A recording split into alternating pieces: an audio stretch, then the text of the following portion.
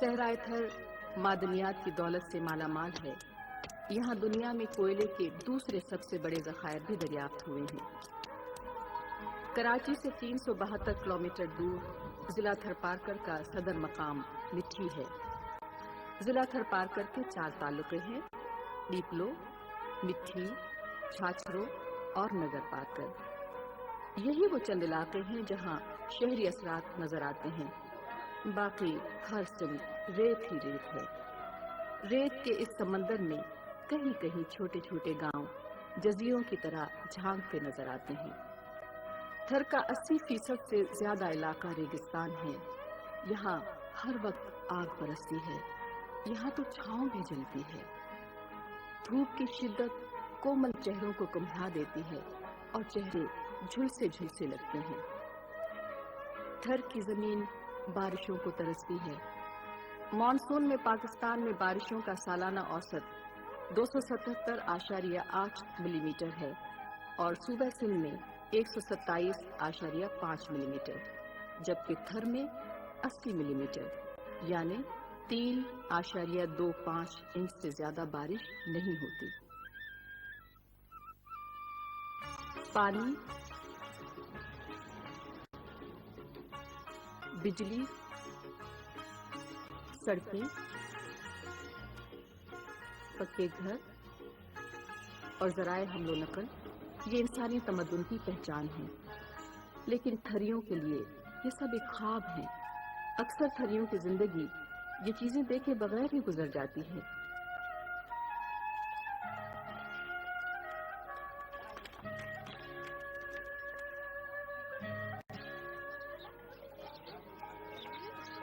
تھر کے لیے پانی آب حیات ہے. پانی کے ذخیروں کے گرد ان کی دنیا آباد ہے. تھر میں کئی موسم ابر کو ترستے ہی گزر جاتے ہیں. یہاں اکثر 4-5 سال تک بارش کی ایک بوند نہیں گرتی. شہر میں لوگ دولت جمع کرتے ہیں، تھری اپنے جینے کے لیے پانی ذخیرہ کرتے ہیں. تھر میں پانی ہر ممکن ذرائع سے حاصل کیا جاتا ہے.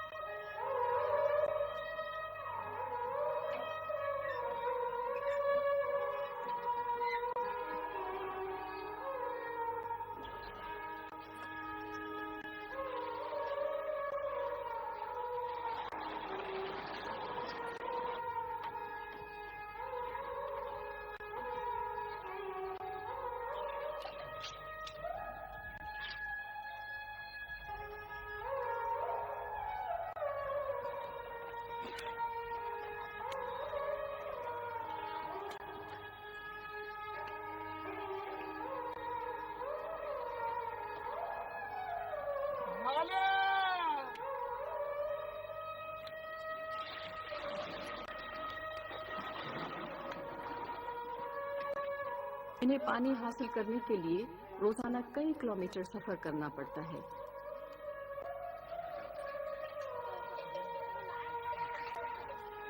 یہ ذمہ داری یہاں کی جفاکش عورت کی ہے جو صرف مردوں ہی کا نہیں جانوروں کا بوجھ بھی بانٹ لیتی ہے.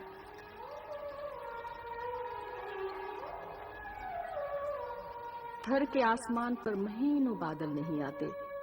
ایسے میں کنووں کی گہرائیاں بڑھنے لگتی ہیں اور ایک دن خالی ڈول واپس آنے لگتے ہیں. تھوہر اور ٹوہ کی خودرو جھاڑیاں سر ابھارنے لگے تو سمجھ لیجئے کہ یہاں بارش ہوئے مدت ہو گئی. سانپ اور دیگر حشرات انہی جھاڑیوں میں پناہ لیتے ہیں.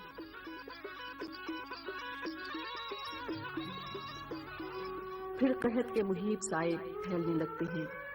قحط کی ہولناکیاں ہر سمت دیکھی جا سکتی ہیں.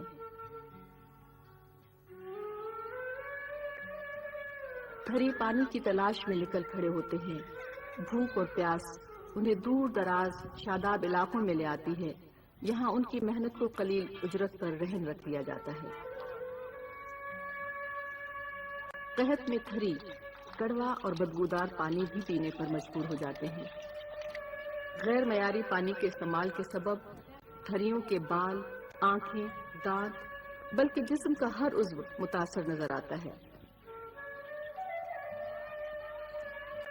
قحط پہ بھی صحرا مکمل طور پر خالی نہیں ہوتا. سب کو ایک ہی انتظار ہے، گہرے بادلوں کی آس، بارش کی امید۔ موسم برسات سے پہلے مقامی ہاری ایک تہوار مناتے ہیں، اسے ہاری پرب کہا جاتا ہے۔ اس موقع پر گاؤں کا سربراہ ایک دعوت کا اہتمام کرتا ہے جس میں باجرے، اصلی گھی اور گڑ سے بنی ہوئی ایک مخصوص ڈش بھت پیش کی جاتی ہے۔ ایسے میں جذبات کو موسیقی کی زبان ملتی ہے۔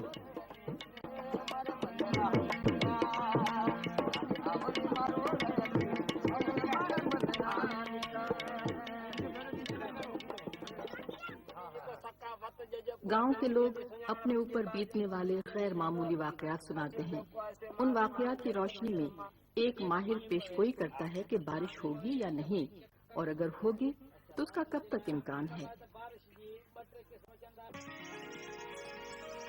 یہ امید کا موسم ہے۔ ہل سے زمین کو کھنگالا جاتا ہے۔ تھر میں عموماً اونٹ اور گدھے ہل کھینچتے ہیں۔ نگر پارکر میں بیلوں کی مدد لی جاتی ہے۔ صرف ایک امید تھریوں سے اتنی مشقت کرا لیتی ہے۔ گھر میں بارش ایک بہت بڑی خبر ہے۔ جیسے ہی بارش کے چند چھینٹے پڑتے ہیں، پوری فضا مہک اٹھتی ہے۔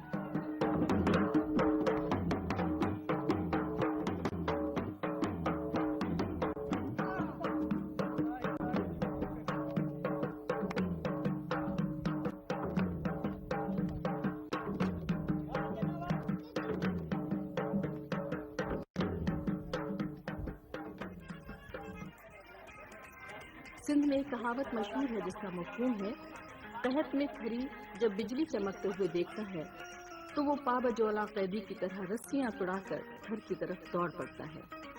تھری بارش کی خبر سنتے ہی تھر کا رخ کرتے ہیں۔ تھر میں بارش زندگی کی علامت ہے۔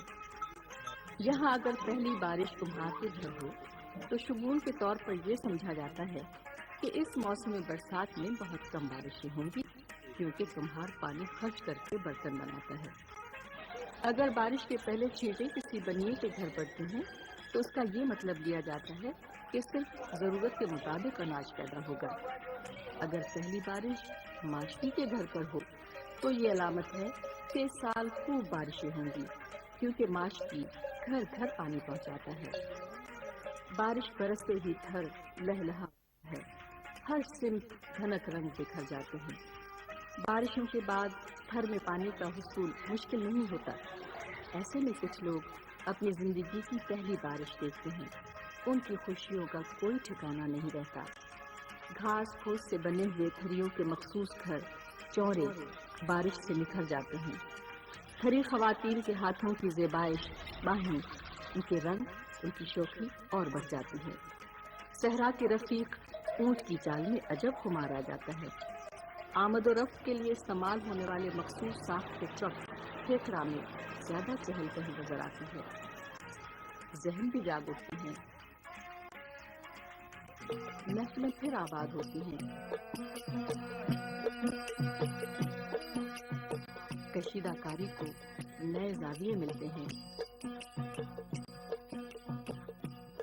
فضاؤں میں گیت بکھر جاتے ہیں۔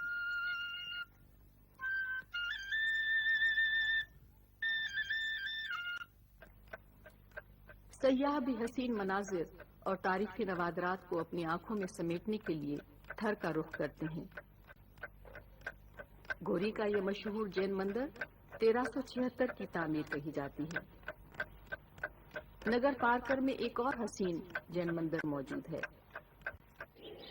نگر پارکر سے 4 میل پہلے بھورے سر میں ایک تاریخی مسجد واقع ہے۔ یہ گجرات کے سلطان محمود بیگڑا بن مظفر شاہ کی سندھ آمد کے موقع پر یادگار کے طور پر تعمیر کی گئی تھی۔ بھالوا میں ماروی کا کنواں یہ تھر کی مشہور لوک داستان عمر ماروی کی یاد دلاتا ہے۔ تھر میں صحرا اور شاداب علاقوں کے سنگم پر کئی قلعے بھی واقع ہیں۔ نو کوٹ کا قلعہ 1814 میں تالپور حکمران میر مراد علی خان نے تعمیر کرایا تھا۔ عمر کوٹ میں یہ قلعہ عمر بن سمرو بن دودو سے منسوب ہے۔ عمر کوٹ وہی شہر ہے جس کے قریب 1542 میں مغل بادشاہ جلال الدین محمد اکبر پیدا ہوئے تھے۔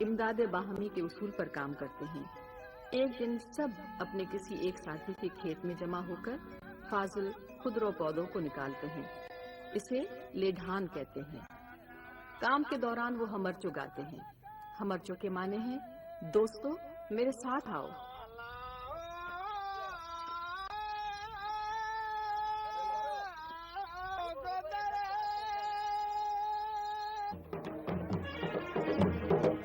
بارش اپنے ہمراہ دولت لاتی ہے اور یہ دولت کہیں کہیں کھیل بھی دکھاتی ہے۔ یوں تو تھر ایک پرامن خطہ ہے اور یہاں جرائم نہ ہونے کے برابر ہیں، لیکن بارشوں کے بعد لوگ زمین پر اپنی اپنی ملکیت کے دعوے کرتے ہیں۔ اس طرح جھگڑے شروع ہو جاتے ہیں۔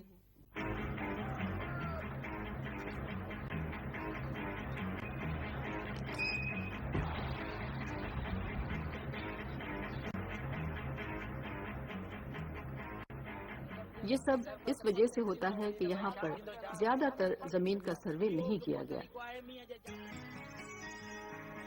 باجرے کی سنہری بالیاں سونے کی طرح دمکنے لگی ہیں۔ اب فصل تیار ہے۔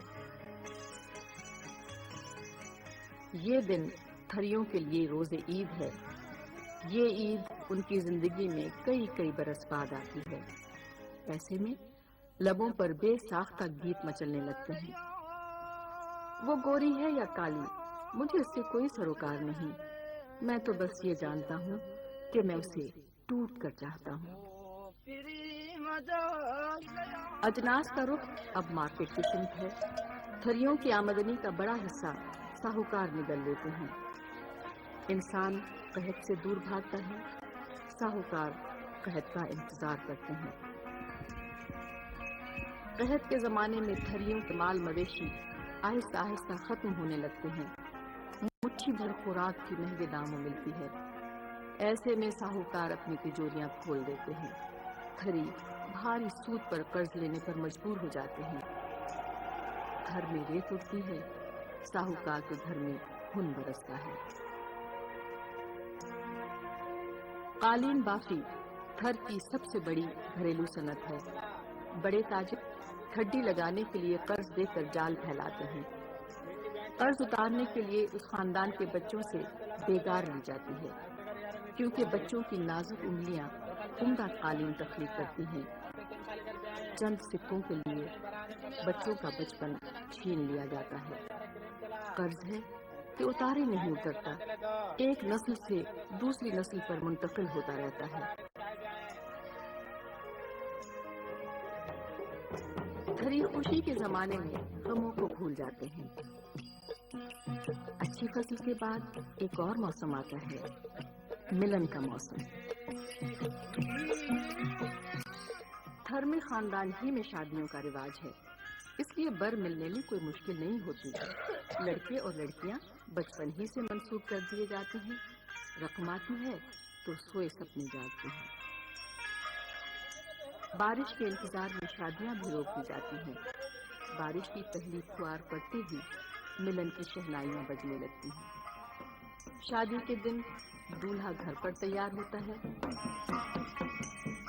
ادھر سہیلیاں لڑکی کو دلہن بناتی ہیں۔ دولہا تیاری کے بعد گاؤں کے گرد 2-4 چکر لگاتا ہے، اسے درگس کہتے ہیں۔ شادی کے بعد لڑکی رخصت ہوتی ہے، وہ اپنے خواب سجاتی ہے۔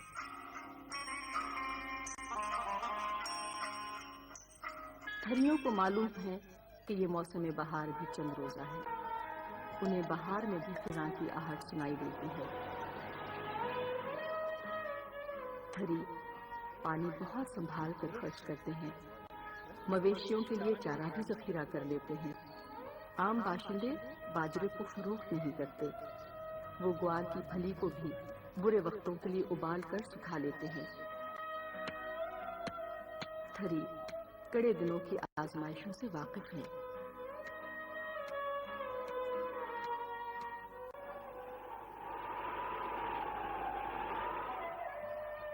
اچھے دن کب آتے ہیں، کب چلے جاتے ہیں، پتہ ہی نہیں چلتا۔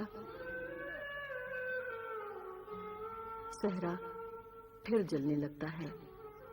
زاد راہ